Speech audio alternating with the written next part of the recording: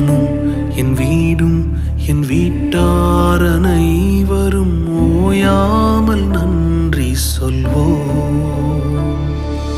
நானும் என் வீடும் என் வீட்டார் அனைவரும் ஓயாமல் நன்றி சொல்வோம். ஒரு கரு போல காத்தீரே நன்றி, என்னை சிதையாமல் சுமந்தீரே